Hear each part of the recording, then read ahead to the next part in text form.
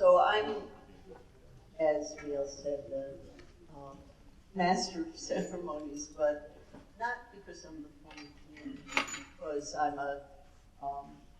was a really good friend of John's. So we're here to celebrate what I think of as an extraordinary life of a colleague and friend. We all see John through different prisms, and I suppose that's a truism. We see everyone through different prisms, but I came to believe that perhaps John had more facets than the rest of us. He was, I think, more kind, generous, loyal than most people I knew, always quirky, sometimes brilliant, opinionated, argumentative, anti-racist, deeply progressive, but also a contrarian. He was always brave, both in a physical sense, and I think you'll probably hear about this, but he was speeding around the streets of Paris on his motorcycle when he was 80, and in deeper ways, taking on cases that required depth of thinking from very early, tackling and passing the French bar after he retired to France, and then doing maritime law as affiliated counsel with an Hamburg firm. When I said, maritime law? With complete disbelief, he laughed and reminded me that he had been a tax lawyer at Foley before his other exploits in private law firms and the law commune way before he came to Northeastern. But we hold this celebration of his life here at Northeastern because he was here for almost 30 years, his longest landing spot. For me, he kind of moved from being an iconic myth, the defense lawyer for the students arrested at University Hall at Harvard in 1969, and the, as far as I could tell, completely invisible leader of the Flym-Geller law commune, and perhaps those of you who are here from the commune can talk about this. I was a member of the Women's Law Collective that shared space with the Flym-Geller law commune, and I don't believe I ever met John. But then in 2002, I came to Northeastern, and he became my friend, starting in the initial months when my husband was still in West Virginia, and some of you will recall I was on crutches, and he would come check on me in the evening. He worked late, as did I, knocking on the locked door of the dean's suite, asking, "Are you okay? And have you had dinner?" And that friendship spanned the ensuing 15 years until the very last time I saw him in Paris on February 3rd, when he insisted on riding in a taxi to Charles de Gaulle with me when he was already very obviously ill and perhaps dying, although I didn't realize how close it was. There are a lot of stories I could tell about the intervening 15 years, but instead, I think you're going to hear them from many others, and I'd like to read some words that Isabelle sent to share with us. And before I do, though, I know there are others here who would like to offer remembrances after the listed speakers. After Rick speaks, rather than my calling people off, I appreciate it if you just come up to the podium and talk. We ask that everyone keep their remarks brief to allow time for others. So here's the note from Isabelle. Dear Emily, in my basic words and command of English, here are some souvenirs to share. I remember the first time I met John. It was in Normandy in my cousine's property. The American lawyer on his famous motorcycle was my vision of him. He was coming to France through England and was visiting friends and family as every year all over Europe. I remember John in his office in Northeastern next door to Brooke, amid his chaos surrounded with shelves full of books, sitting before his computer preparing his classes. I remember John and his partner in classes, my dear Jerry, discussing together, friendly and animatedly. Jerry, who you'll hear from in a minute, who married us in 2001. I remember John with Hope, helping her, driving to the hospital with her for her dialysis, or managing and organizing all of you to be supportive. And one of the first things he did, by the way, when I got here was send a note to me saying, you need to be doing this too. I remember a road trip in motorbike driving from Paris to Hamburg. I was sitting on the back. having a serious engine failure and finishing with a red rental car. Once the bike repaired, driving to Italy and visiting Tuscany, Siena, Firenze, Pisa, Roma, and Napoli. I remember Emily and Greg, who received us so kindly every time we went to Boston. I remember James talking about life and politics with him, Dan, who worked with him for most of their professional life at Northeastern, Dick and his wife, who visited us every time they came to Paris, Brooke going with him to some of his medical consultations when he was diagnosed with his cancer. Steve, Morty, his beloved friend when they shared a bottle of wine, Andre and Jackie, friends forever with whom we had so many souvenirs in New York. Sorry I don't name everyone. Thank them for me and I'll be with you at the right time from Paris, Isabelle. Morty.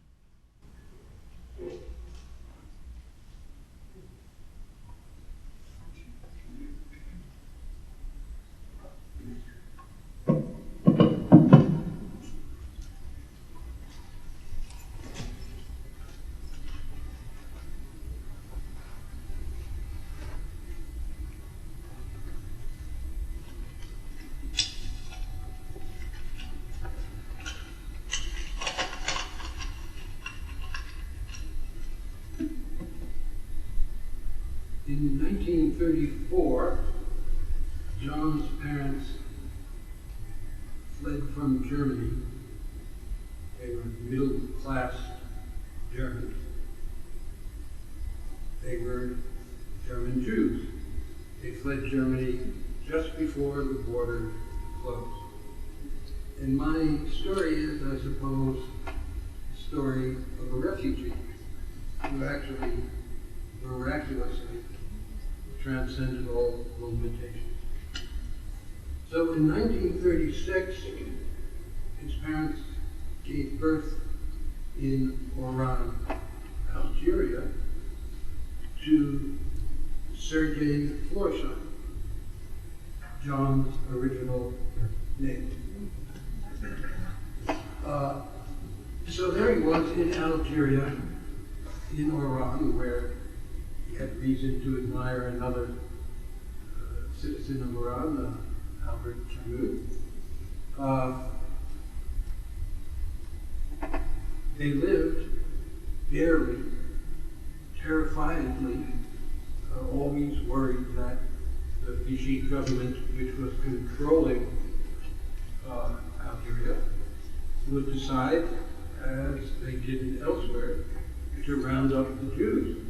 Just this week in the French election, Madame Le Pen justified one of these as not a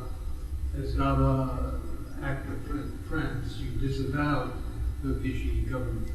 But just imagine they're staying there during the war, wondering when it was all going to fold for them. And so how they actually made it through the war is not entirely clear to me, nor I think was their job. But in the early 1950s, the refugees fled again from now free colonial Algeria that was engaged in a terrible civil war. And they fled to New York City. And in the archives at Ellis Island, we learned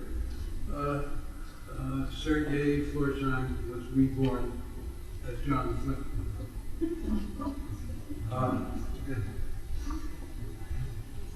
His father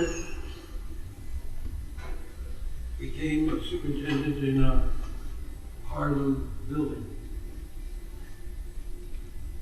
And at age 18 in 1954, enlisted in the U.S. Army. Now just think about it. In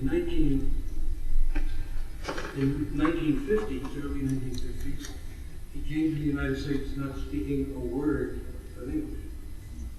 And so here's the next step in. So he enlisted in the Army in 1954, and he graduates from Harvard Law School in 1962, already having obviously mastered the English language. He then goes to Foley Hoag and then to his law commune. And Emily got me confused about which law commune was which. Because I thought the people I knew who practiced with John, Nancy Gertner, Harvey Silverglade, were part of that, but I'm sure the ideology of the first commune and the second commune will be very clear.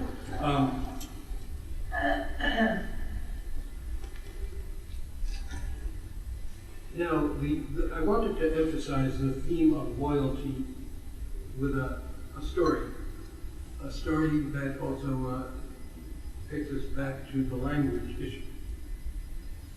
In 1991, I taught briefly at Princeton, and at the end of the semester, who should come down to help me move but our beloved John. And so he helped me move, and we got into the car to drive from Princeton to Cambridge for 6 hours. And in those 6 hours, we sang every show tune and every popular song from Make-Believe Ballroom Time that those of you from New York of a certain age will remember well. The point being that this kid who didn't know any English was able to sing these songs with the same memory and dexterity that I was. It was amazing to me. And I think it was indicated the deeper truth. He wanted to be American, and he set about doing it every way he possibly could. And by the time I got to know him in the 90s, he was reading the most sophisticated literature in English. Remarkable person. The other aspect of loyalty that hit me as I was thinking about him was he had a client.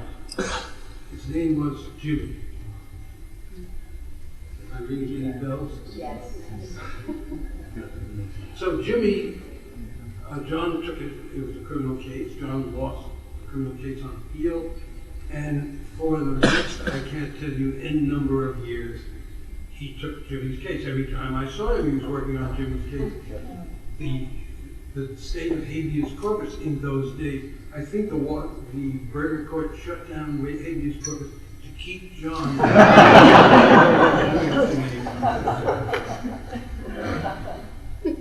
Okay, so, and then was his annual motorcycle to France, where I can tell you personally, I went to John's funeral when I returned a few weeks ago, and so I saw who came to John's funeral, and the love and devotion and respect that they felt for him. As his cousin Lise said in her statement, he was the embodiment of life, imagination, charisma, and charm. And that was a powerful combination. And if you saw those pictures right before, you saw what I was talking about. I'll miss him very much.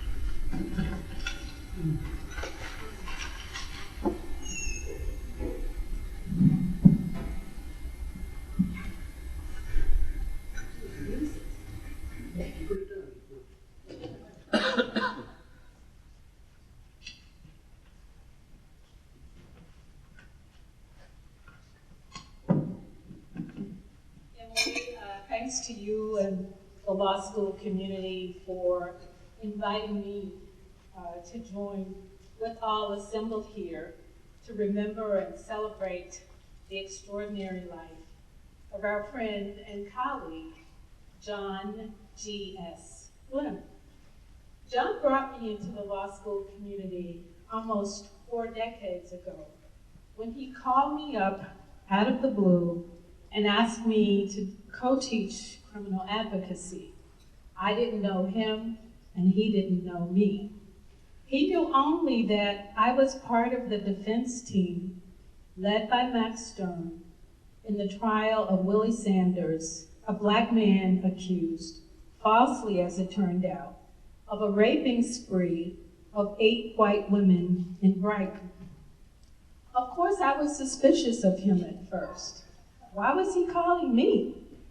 But we met later, and in the telling of his reasons for the call, John made sure that I know that he had been stationed. I thought, what do you say, Army? I thought he was at the Keesler Air Force Base in Mississippi, where I'm from. He sussed that out somehow and thought that would be a good way to get to know me. That didn't exactly help, though, given what I knew about that place, what it was like in the days that John was there. But somehow John convinced me that he was at the place, but not of the place. Eventually, I came to understand,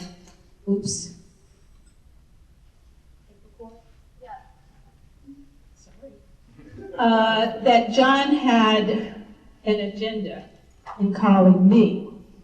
He was on a mission for diversity in the law school faculty, a mission that ultimately bore fruit when the law school opened its doors more widely to faculty of color, and James, Hope, Margaret, and others joined the faculty.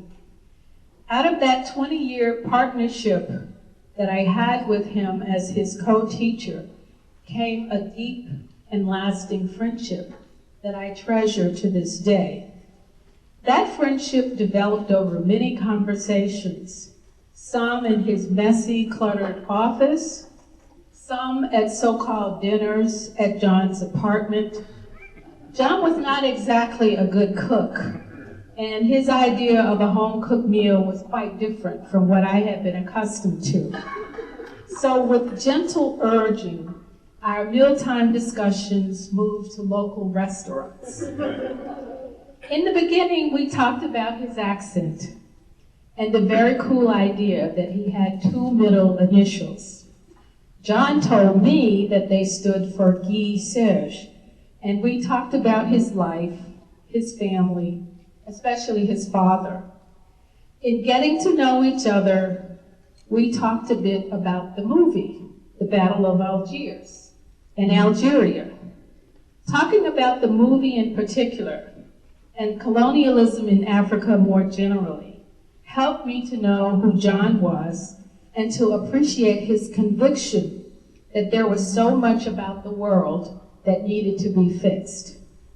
Our friendship grew from these conversations that often turned into debates about all manner of things, whether the law was the master or the servant in the struggle for justice, whether it made sense to consider the prospect of redemption of white people for the sin of racism, and of course, the very unlikely crossing of our paths in our journeys in the law.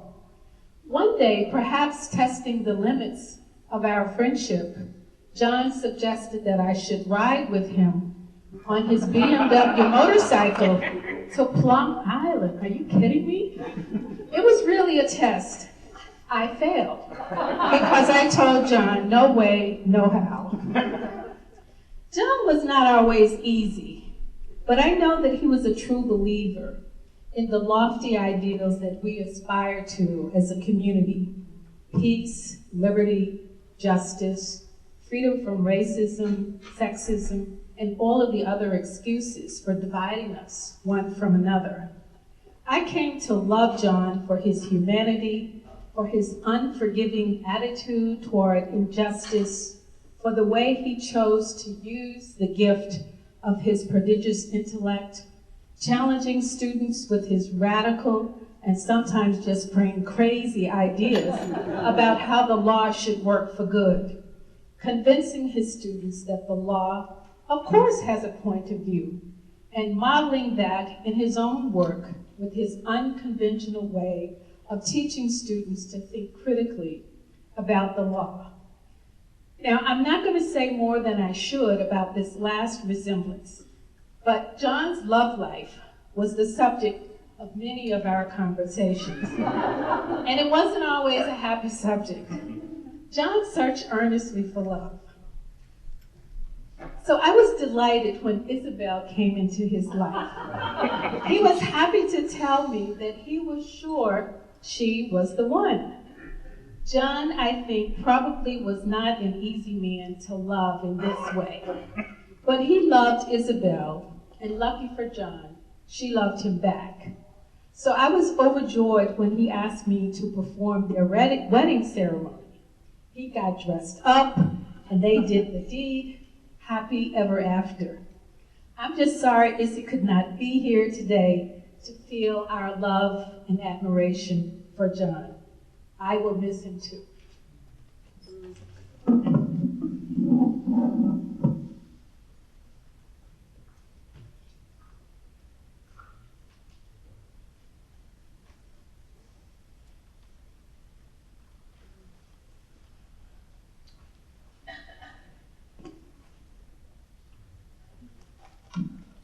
Can you hear me without a microphone? No. No? No. This is a humbling experience to follow the country's leading legal historian, Justice of the Supreme Judicial Court. I do have one advantage over Jerry. When I was teaching a Cornell International Law Seminar in Paris, and it was at the Sorbonne. And John showed up several times. One time he said, I want to show you the apartment that Isabelle and I are renovating.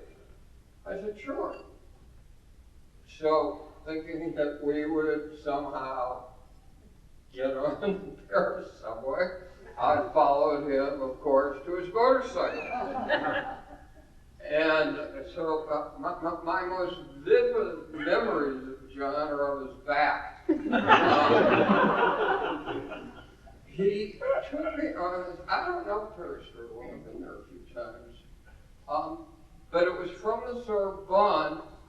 I think we went north for 20, 30 minutes, and it was the closest thing to a near-death experience. I mean, I literally held on to him for dear life.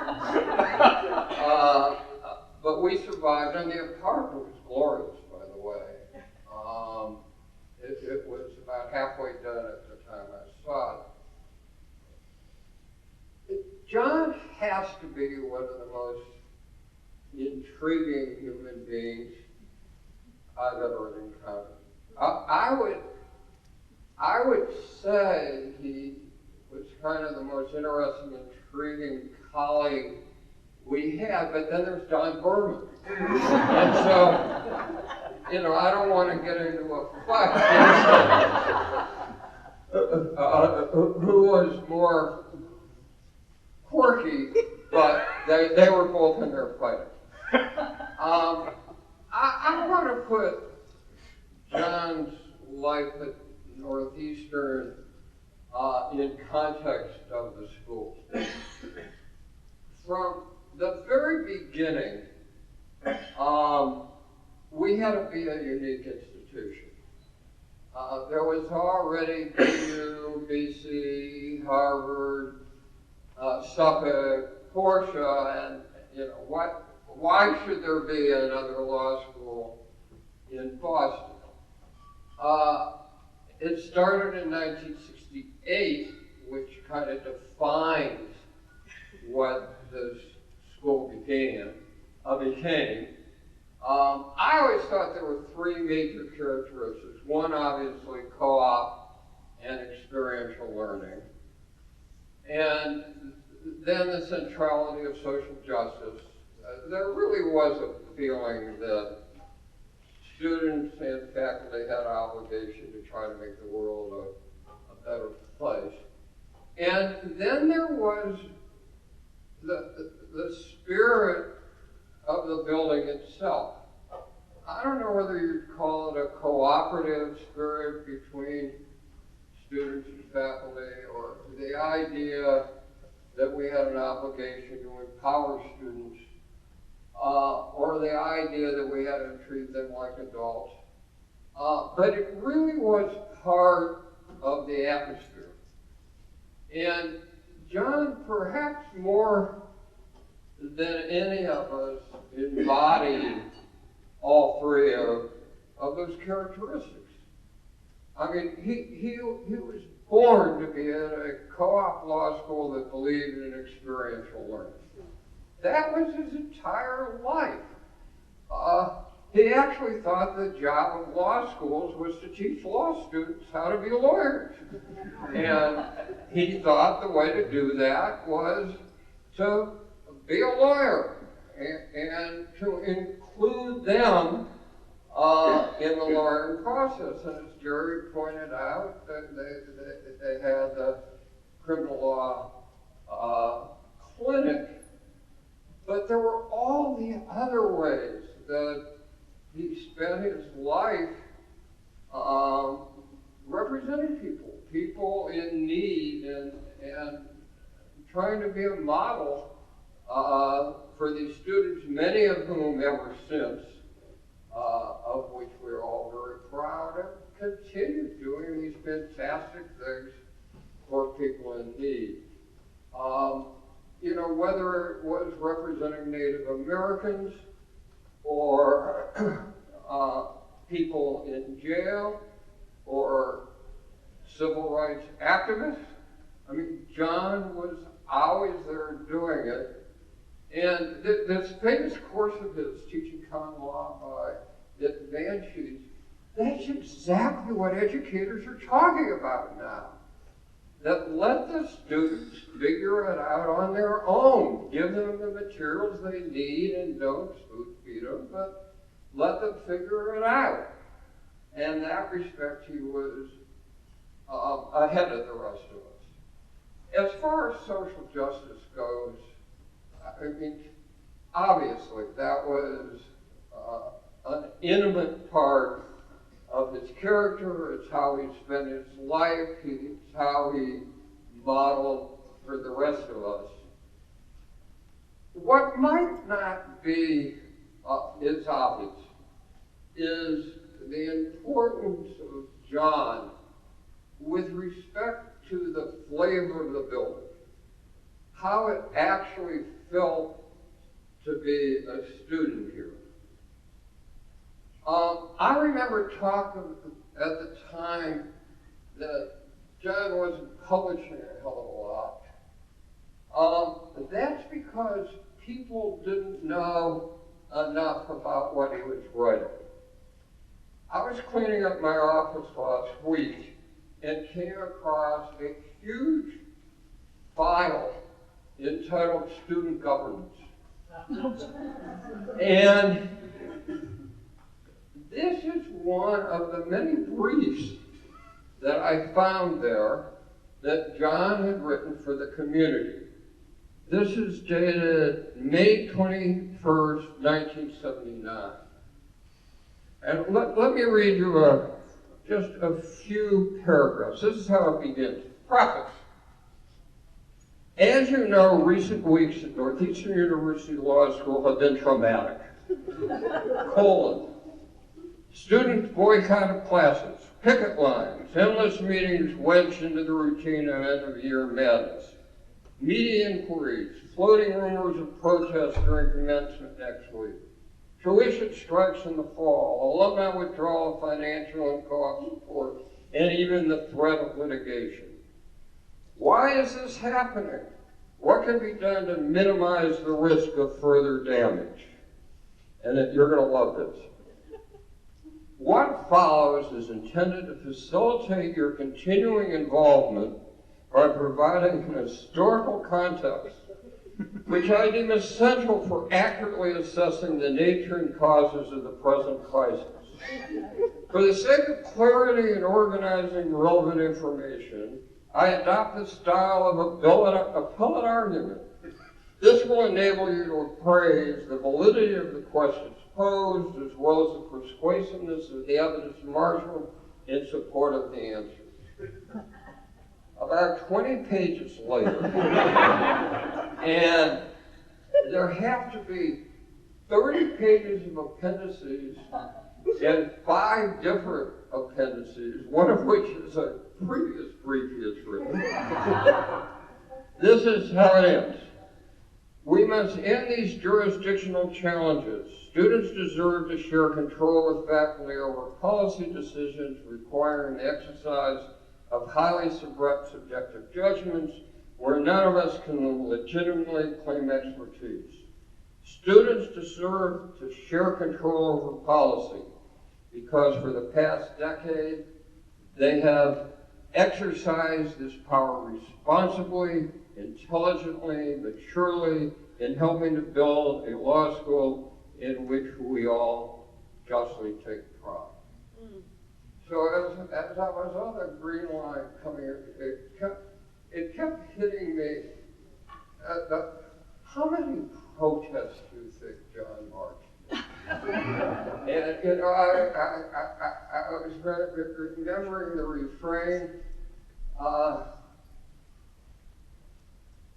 Tell me where democracy is. Does that ring a bell? You know, someone else that. I'll tell you where democracy.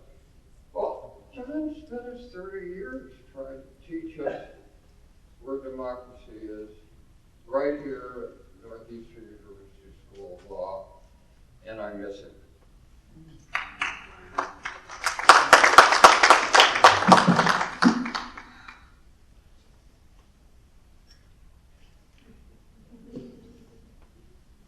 I'll talk about hard acts to follow. First, Emily, thanks for putting this all together. And it's just kind of wonderful being here, the spirit of John and Northeastern University Law School, just in general. John was a wonderful friend.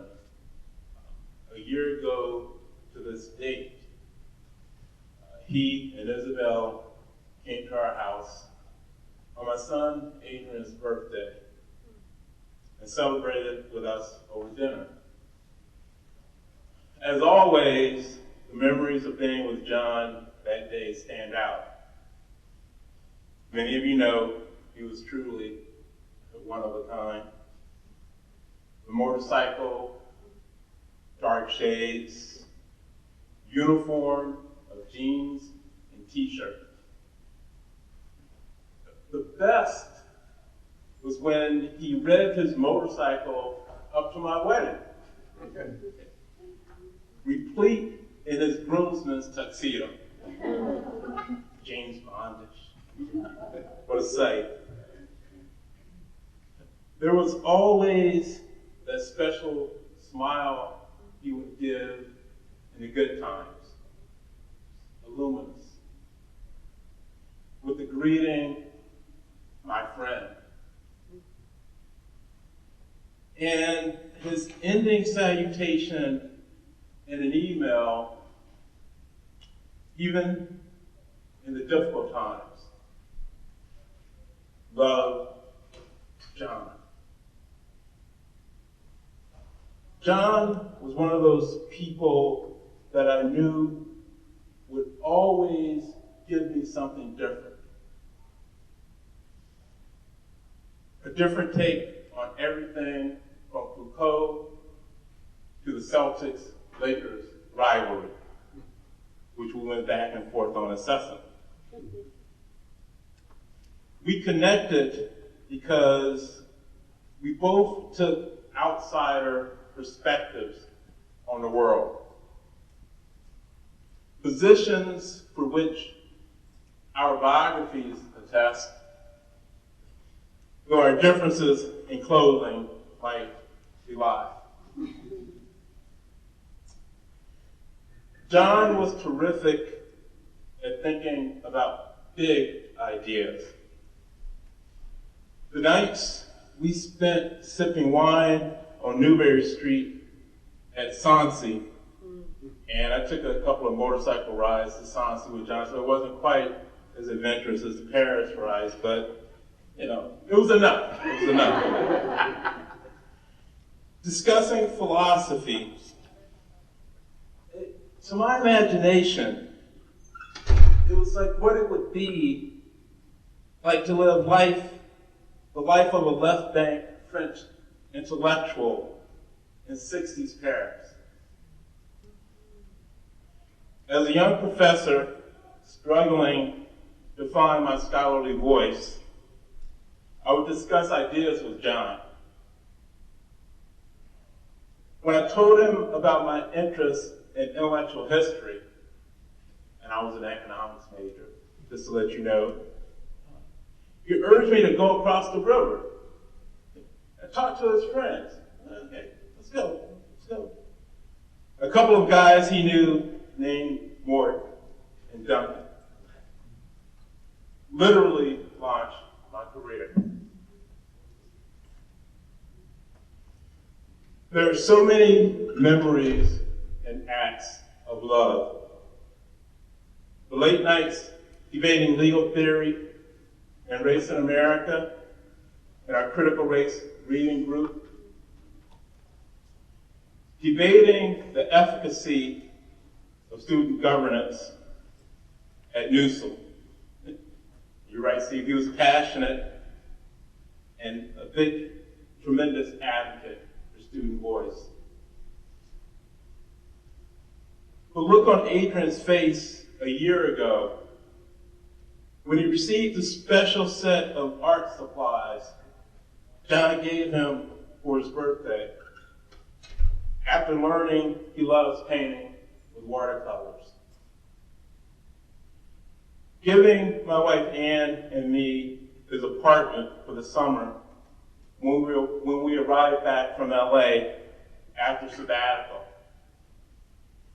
in order to search for a house in Boston. The only condition being that we take care of this cat, Tilly. Organizing rides to help out our beloved colleague, Hope Lewis. Such a generous person, such a beautiful spirit. John, friend, you're missed and loved.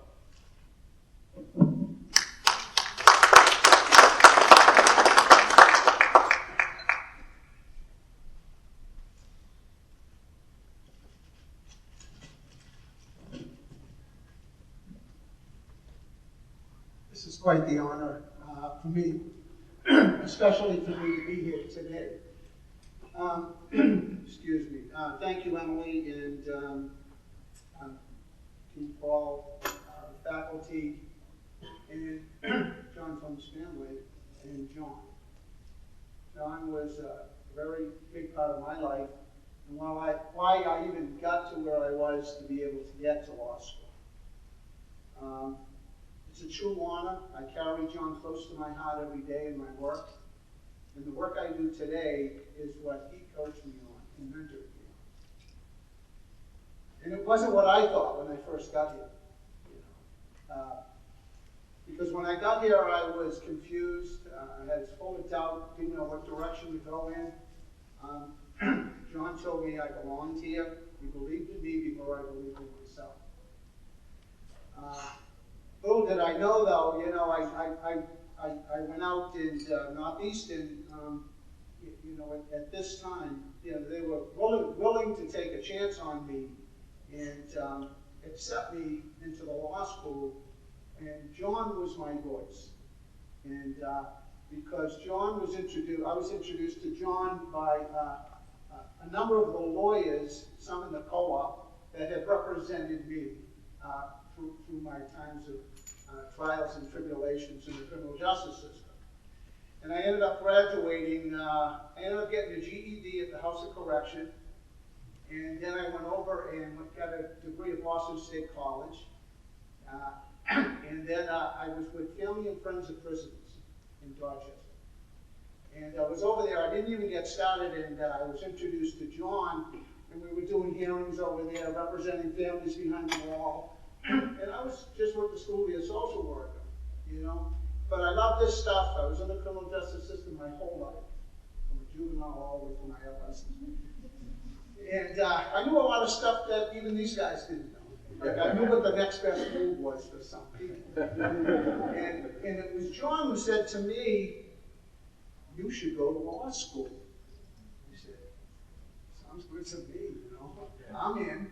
And so I did. I proceeded on that way, and this is where Northeastern came.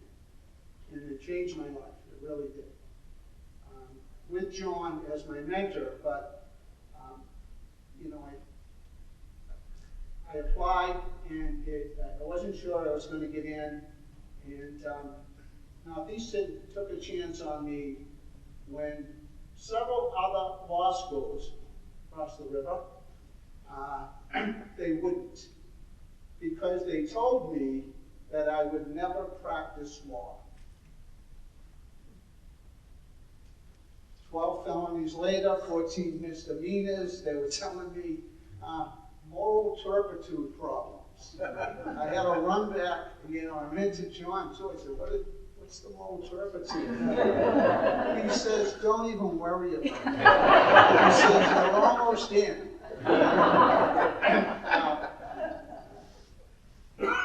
So what he did though, he took me, you know, literally by the hand, and he told me I was going to be okay, and I got accepted. And you know, I spent you know, most of my life trying to figure out, you know, was I ever going to be able to practice? Wasn't I? You know, how was this going to work for me? And he just assured me that, you know, once you get in, it'll work out. You'll be fine. And so we moved on, and John told me that I was going to be able to make a difference. And I was going to be able to make a difference as a criminal defense lawyer. Now, all my criminal defense lawyer experiences were, you know, I was behind bars, or I was trying to get out, or on probation or something. And he was so serious about it, you know, and he was just so great with me. And, you know, I definitely, you know, I was full of doubt and uncertainty. But, you know, when he told me to take a left, I took a left. When he said take a right, I took a right, you know. And I did that. He told me that he convinced me, he convinced me. He definitely inspired me, later it was inspiration. Pretty much told me what to do. He convinced me that I could use my experience, that I could use my life experience and be one of the best criminal defense lawyers around. I'm like looking at him, like, you're serious? I mean, I've been in jail, and I have all these other issues. He said, no. He says, that's what I'm talking about. For you to be able to practice law and help people, use your experience. Use that experience, that strength, that hope that you got to get you where you are today. Still didn't get it, I was trying. I'm working with them, you know. And I remember Jerry, when Jerry first came in the clinical program. And I don't know, John sends me over to Roxbury District Court. I don't know how many times I was sentenced out of there. And I'm thinking, I don't know if this is a good idea, John. You know, Judge McKenna was still over there, and he had sentenced me once. And he said, no, you're going to be fine, just go over. It was a trial de novo system back then, too. So I had a lot of bites at the apple. And so I went over there, and I don't know what happened to my case. It didn't go forward, whatever. And I come back, and they had to dismiss it because of lack of witnesses or something like that. So I come back, and he says, it's a 3-month course. You were supposed to take at least a few months. So he gave me another case, and I went back over. You know, but he kept referring to me, and he kept referring to my life experiences. You know, and he kept referring to them as opportunities. You know, and this was definitely a different message than I had grown up in the criminal justice system. You know, I had been told from day one, you know, I'm not worth it, you weren't going to make it. And now, look what you're doing to, you know, your parents, or look what you're doing to somebody. This is all I ever heard. And my self-esteem was below zero. You know, and he's telling me that these opportunities are going to be great. And so, you know, I could not but help learn to love them. And like Steve was saying, you know, these experiential, this approach was perfect for me. But what was really perfect was pass fail. You know, don't forget, I come off the street, so it wasn't that hard for me to fit in and make sure I was in the right study group and, you know, and stuff like that. And as far as John goes, I did a lot of fun things with John. He bought that apartment over in JP. I ended up remodeling it for him. I ended up living there for a while, painting it for him, and riding that motorcycle back and forth to the Cape. But he would say things like, to me, he would say things to me that you're not a bad person. And I would, you know, like look at him and he would say, it was a lie. I like that part of it, you know. He says, you definitely, it was a lie. And you are a good person. And he kept counting on use those experiences to help other people, and you'll be able to do that. You know, so I worked my way through, and he also told me that in order for you to get this and to be able to do this and pull this off, you know, given where you come from, the one thing you got to do is that once you get it, you can never forget where you came from. And that was quite easy for me because of the people. And I was in the, he sent me to the Prisoners' Rights Project. Some of my family were still doing time. You know, I'm thinking, I don't know if this is really going to work, John. You know, I mean, civil procedure was fine, the torch was okay, but I did. I went up there and, you know, we were doing D-hearings up there, and, you know, it was a problem for me. Nancy Gertler was involved in my life at that point. And you know, I was kept in the trap a little too long sometimes. Coming in prison, they found out I was an ex-con and I was going to law school. So we had problems, and that's where Nancy and John had a little problem they were fighting about. I don't think you should go in there anymore. And Nancy says, I don't want him in there anymore. And John says, oh no, if anything happens, we'll be behind him. I'm thinking, I don't know about this. But I have to tell you, you know, what he gave me was a gift. It was a special gift. It was a gift to believe in myself and to take what I learned, what I had from Northeastern Law School, and to be able to share that on a daily basis. And that's what I do. I get up every single morning on the front lines and in the district courts. I'm meeting people, meeting and greeting people, people like myself, whether it's in the jails, in the courts, in the House of Corrections, in prisons. And I have to tell you, you know, John told me that this would happen for me, and I didn't realize that it was happening when it was. But because we still had some challenges. I still had to practice law. I still had to be admitted to the bar. And the other thing was I wasn't a great writer, so I had to take the bar a few times. And on the second time, John says, you have to come up to the house and stay with me. So I'm writing and I'm writing. I did okay on the multiple choice. The essay I couldn't really, I just had a hard time with it. He's working with me, and I think it was like week 3 of tutoring me. He says, you know what? Don't write an essay, just outline it. I passed it up. You know, but we still had a lot of stuff to get to. And, you know, John was there by my side. You know, there were things we were getting ready to graduate and getting ready to take the bar and be admitted, and you know they wouldn't tell me whether they would admit me until I passed the bar. So that took a little bit of time. I passed the bar exam, and I remember the board of bar exam. They said no. But I don't remember. I got to be honest with you. I don't ever remember feeling bad about that with John beside me. I never felt bad about that, because he would never have brought me this far. That's how I felt, and I didn't. And so, you know, John, of course, it's the arm of the Supreme Court, so they're going to go to the Mass Supreme Court now. And I knew some of the judges that used to be in district court that now, Judge Nolan, he's a very conservative judge. And he was up there, but he was from Brighton, where I lived. And John, took the position that we're going to the U.S. Supreme Court. This was what he said, And thank God for Nancy Gerdner. She says, no, we're not. Because I had been co-oping with her, and at the law office with Harvey and all of them, and Jonathan Shapiro represented me, the whole list of them I knew, and she said, no, John, I don't think that's a good idea. He's come this far, things are working out, he's got a lot of recommendations. Let's ask for reconsideration. So we filed, I don't know what they filed, but they filed something, and I went before, the Supreme Court was, there were a number of judges up there, and they gave me the right to practice. He wasn't done, John wasn't done, and he thought it would, just before that, he thought it would make it a little easier for me, and we had Governor Dukakis back in the state, and he said, you're going to apply for a governor's pardon.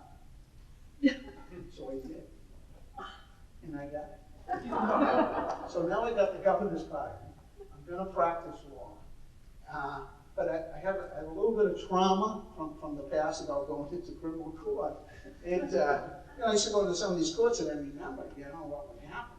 And he told me, he says, he went over to Brighton Court with me where I was sentenced 8 times. And I practiced there today. And the judge over there loves me. And he called me up and he heard about my story because the probation officer that I had was still there. And she says, Margie Van says, you got to meet this. This is the guy I was kind of telling you about. And I'm a little shy, so that she calls me up and he says, so I heard about you. You're no stranger to this court. And I said, well, I've been here a lot, maybe through the back door. Hopefully I can come through the front door.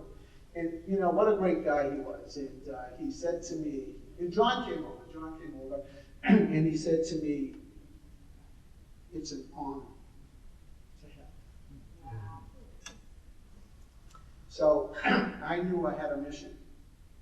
It was to run with that and change the system, to influence the system. Judges, probation officers, district attorneys, to give them, the strategies and the challenges that with all of these people that come before them, like myself, addicted to heroin, homeless, having nowhere to go after being incarcerated. And so, I practiced there and in a lot of other courts. But, as far as the bar exam and not being able to write that well, John, if you're up there and you're listening, I know you're going to be proud of me because it worked. Everything that he influenced me on worked. I had a couple of judges in a conference, in a workshop that I was doing on substance abuse. And one of the judges says, so is he a judge? And they said, no. And the judge said, he's a recidivism reducer. And that was always my hope, to be able to give back like that. And I've been able to do that. And John would be especially proud because today I write for LexisNexis. I read a chapter on criminal practice, on strategies for diversion and alternative dispositions in substance use, abuse, and addiction cases. And these are my people. These are the people I show up for every day, and I love it. Judges, some of them love me, some of them say, oh, I know what's going to happen here, because I tell the system, as John gave me, the strength to be able to stand up like this in the system. I tell judges, if we're asking someone to be responsible and to do something about their substance abuse or their mental health, we as a legal community have to do the same. And to this end, I only hope I can give back what John gave me so freely, was this life that I just can't tell you. It was such a great life.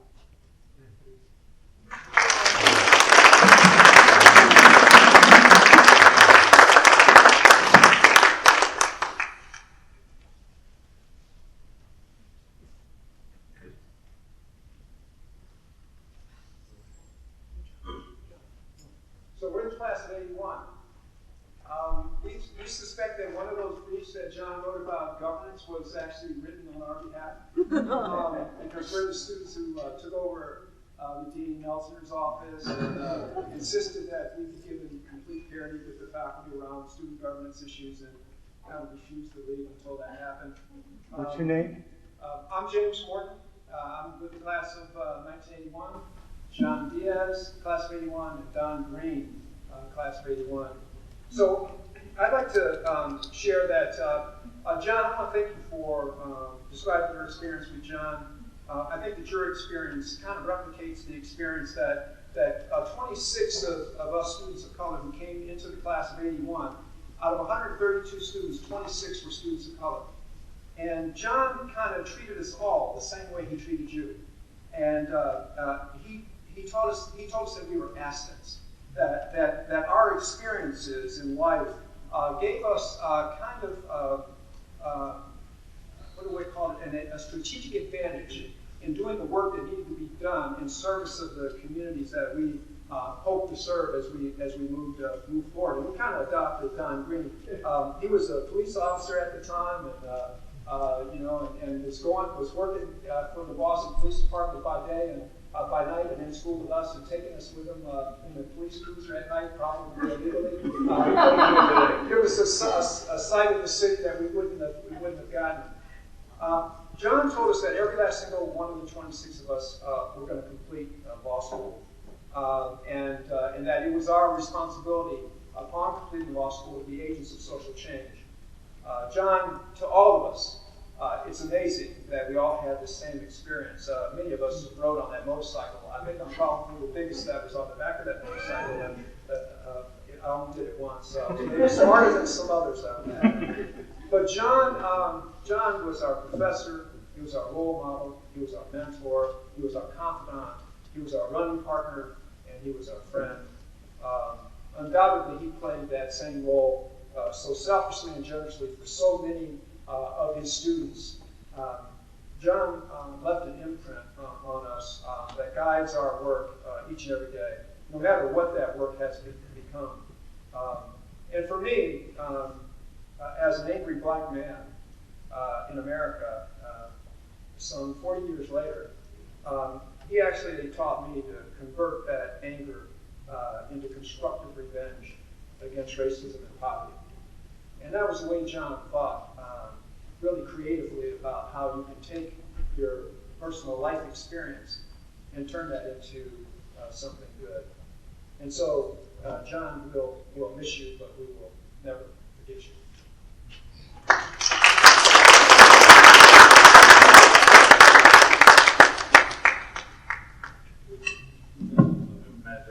And I can't possibly follow these hard acts. I just want to say one short thing that is obviously implicit in what you all knew, but nobody just said explicitly. John was intensely competitive. He was my, I should say, criminal justice teacher in 1981. He and I played racquetball together for the 3 years I was here, right in the gym right across the street. I bet most of you didn't even know that was a joke. And we played intensely at least once a week, maybe more. He usually beat me, but not often enough for him to get bored. And I think he was the only person who was happy to see me come back from co-op, because he basically said something like, "Okay, you're toast, this way, this way." It was a good time. It was good for both of us, I think. And, there you go.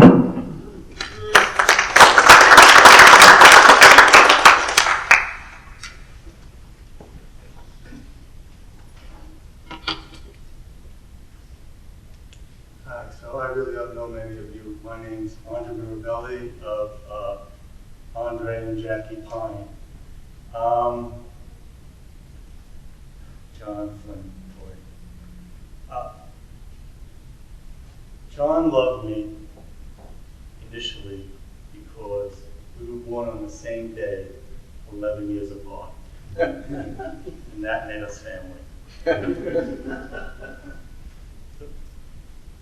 The one thing I want to focus on today is all the things I could say about John, knowing him for 43 years, is his generosity.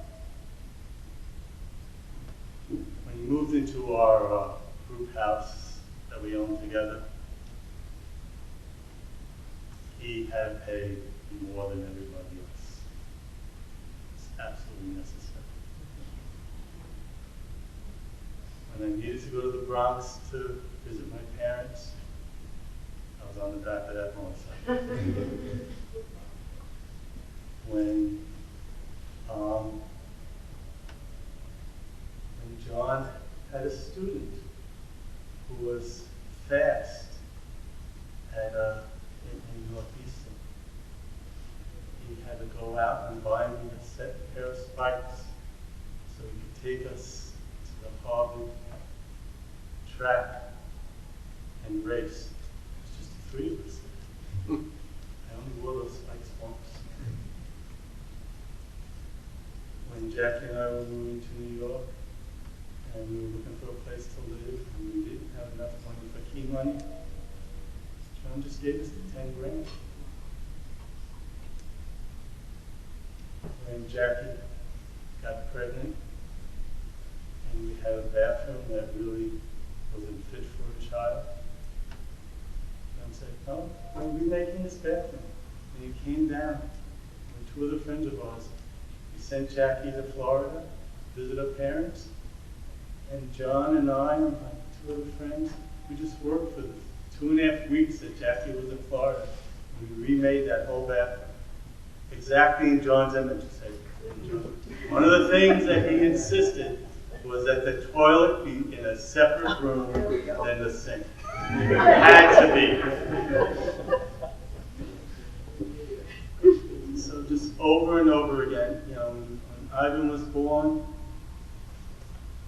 John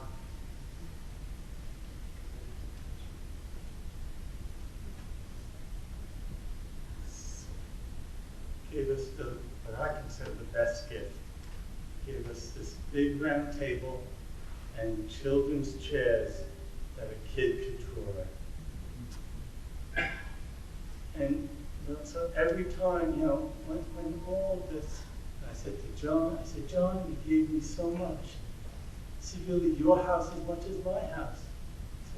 You should just own one of these rooms. He said, no way, that's your house.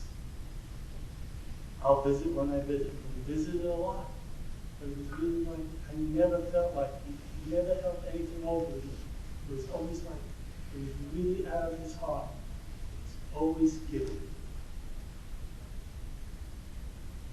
So, I have a lot of things written, but I just want to say,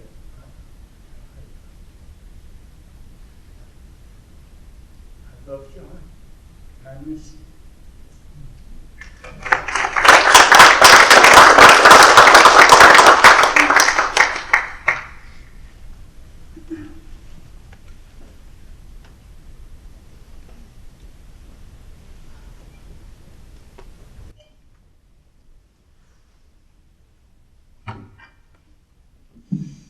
Well, Dick Tanner, just a couple of things about John. One, Emily had mentioned it at the very beginning. Everything you've heard except 20 words from Emily at the beginning would lead you to think that this is never a person who would have practiced tax law or spent the last 10 years of his life, in commuting from Paris to Hamburg to do maritime law. But that was a piece of John as much as the rest was. John was really a man for all seasons. Really quite an extraordinary range. And then the other thing is that, that 1979 memo and all of the, hundreds and hundreds of pages of advocacy documents that John was doing around the, what was it called? It was the, somebody help me on this, the Advisory Council. Was that the name, the Advisory Council? Yes. Right, the governance here. Well, John and I weren't on exactly the same page on these issues. And so we were really not that close. You know, when he was a colleague here, and then when he retired and he invited us to come visit him, and Carol and I, him and Isabelle in Paris, and we did.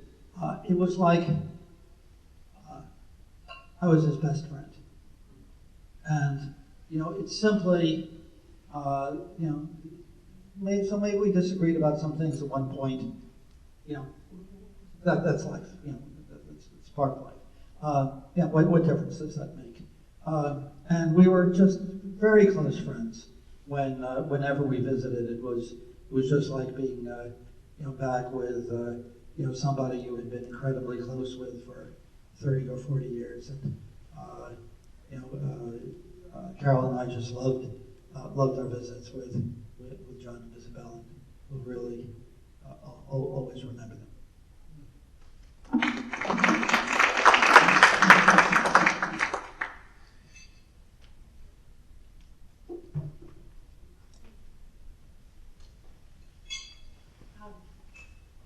Well, I only knew John as a student. I didn't really have a personal relationship with him, but when Ann Gilmore and I went down to the Valley of Texas, and we were on a co-op funded student co-op working with farm workers, all of the footnotes and all of the advance sheets that we had read in our con law class came into play. And we had to do cruel and unusual punishment where there was cruel and unusual punishment going on in Dade County in the schools. And we had to do environmental work, and we had to do First Amendment work, and we did all. What we had learned in his class was all of the Supreme Court cases from 73 to 75. We went down to Texas in 75, and no matter what issue came up, we knew the most recent law, and we knew the footnotes. And John always said, in the footnotes is where the law is going and where it's been. You don't need to read a treatise, you read the footnotes. So when I came back, to my amazement, my father came from Fall River. He was the son of a plumber and had no education. And my father had always said to me, always surround yourself by people who are smarter than you. Always learn from the people who are better than you. So I went up to John and told him how valuable that class had been. And he said, would you be my teaching assistant for next year? Well, I was flabbergasted because I had joined some student groups, our study groups. And I was studying with some of the smartest people in our class.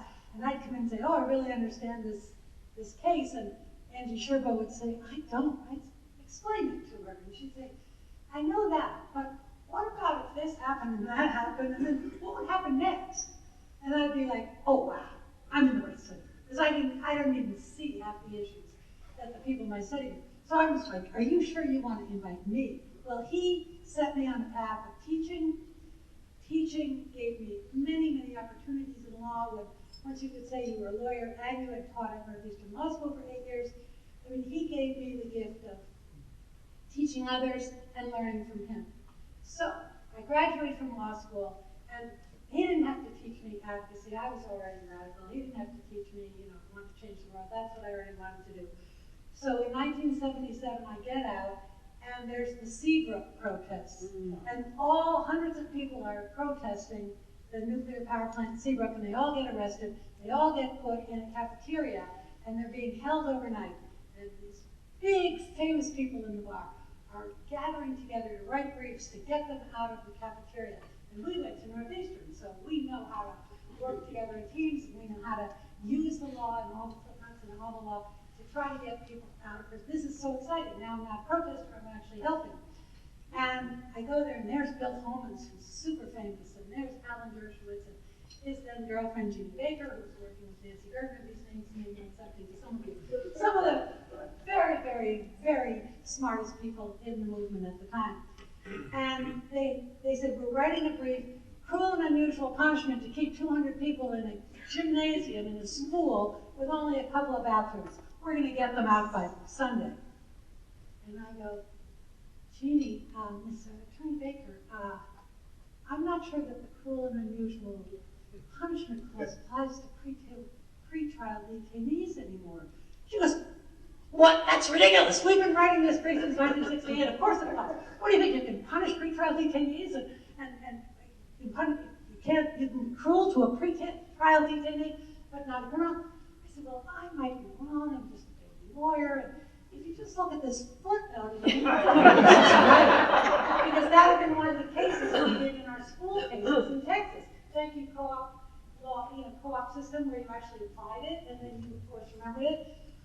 So I said, there's this little footnote, and it said that cruel and unusual was only meant for criminal cases. It didn't apply to schools. I don't know if it applies in this case, but I'm just a little concerned that as of 6 months ago, it might not work.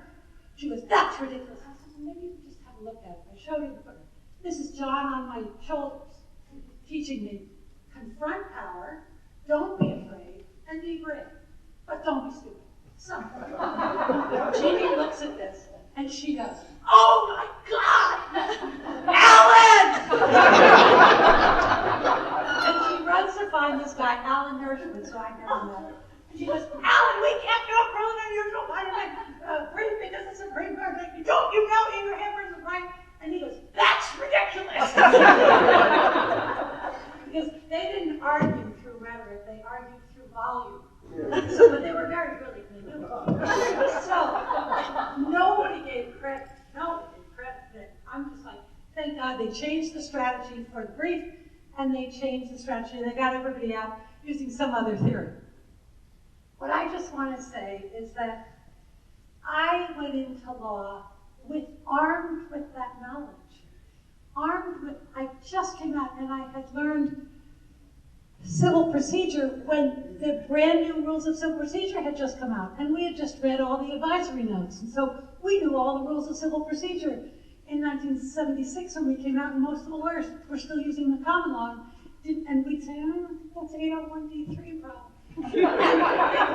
So Northeastern trained us in a way that we are the legacy of John Flym, and I just thought if everybody who was here, who was his student, who used his techniques, who used his carefulness, his specificity, who used the depth of knowledge, that you have to be careful and you have to know what's going on, and then you can win. And I just thought everybody should stand up who was actually his student, because you are his legacy.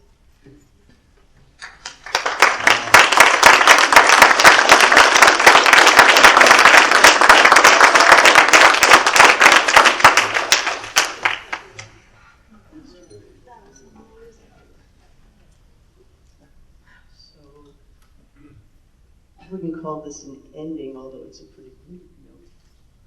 And next, Liz. I miss him a lot. I think there are a lot of people in this room who carry with them